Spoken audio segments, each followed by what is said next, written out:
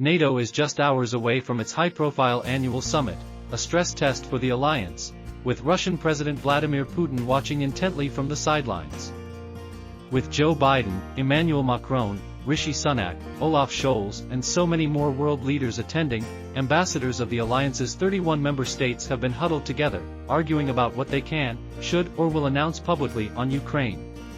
So what is all the hoo-ha about?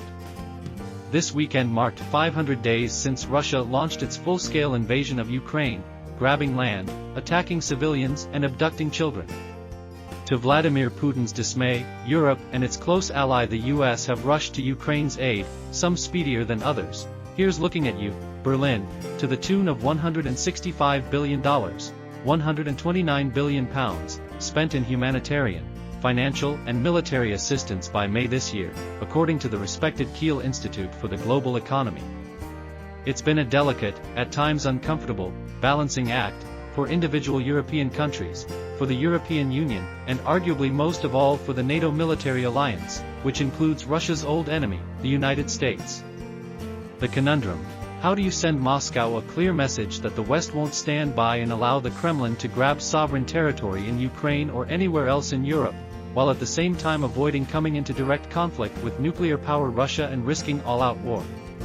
According to US President Joe Biden, "I don't think there is unanimity in NATO about whether or not to bring Ukraine into the NATO family now, at this moment, in the middle of a war."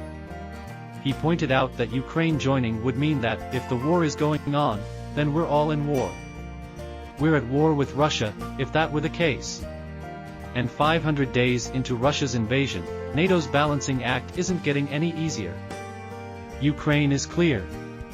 It wants an equal seat at the NATO table, with all the security guarantees that go with that. And it wants it now, or, because it recognizes NATO can't admit a new member while that state is at war, it wants at least a clear signal that Ukraine will be in the alliance, says Ukraine's media-savvy President Volodymyr Zelensky. Not that the door is open for us, which is not enough, but that Ukraine will be in it, he says. Anything short of that, and he has threatened not to turn up at the summit at all, to the irritation of not a few NATO members, including Germany and the US. If Mr. Zelensky is a no-show, the optics of Western unity with Ukraine, aimed as a clear message to Moscow at the summit, will be disastrous. The main problem is NATO already told Ukraine it belonged in the alliance back in 2008, well before Russia's invasion. Expectations are high that NATO must now offer Kiev something else of significance. But what?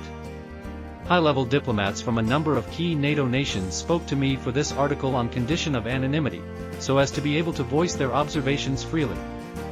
They say NATO members are united over Ukraine belonging inside their family. But they remain divided over the details. The summit is being held in Vilnius, the capital of Lithuania. It is one of the 3 tiny Baltic nations in Russia's backyard that were swallowed up and occupied by the Soviet Union at the end of World War II. Lithuanians, Latvians, and Estonians emote with Ukraine's pain.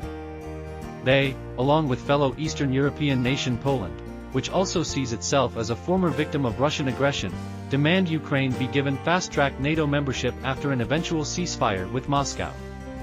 But NATO decisions require unanimous agreement amongst member countries.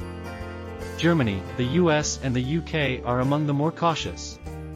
Firstly, because of formal conditions the alliance would normally want an accession country to fulfill before becoming a member. Much as Ukraine deserves to be part of NATO, we have the same concerns now as we did back in 2008, one influential diplomat told me. We need to see reforms, a fight against corruption and proper control over armed forces, he said. But he added that he thought the Ukrainian authorities had learned a clear lesson from the corruption in Russia's military that swallowed up billions and left the Russians weakened and ill-prepared for battle. Some NATO countries also fret that if there is a cast-iron promise to admit Kiev as a member immediately after a ceasefire with Russia, that could encourage Moscow to prolong its assault on Ukraine even further.